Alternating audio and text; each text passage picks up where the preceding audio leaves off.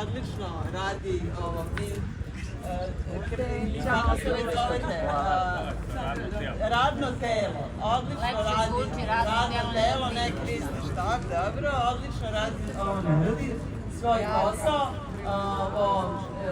Hvala našoj terapeutkinji Dani koja je uz nas i sada kao i uvek, a moram da pohvalim našeg PR-a, znači sadašnji predsednik, naravno, ali i prethodna predsjednica, odnosno naš PR, odlično nas reprezentuje na svim ovim televizijama, Snežana Timotijević, na svim ovim aktualnim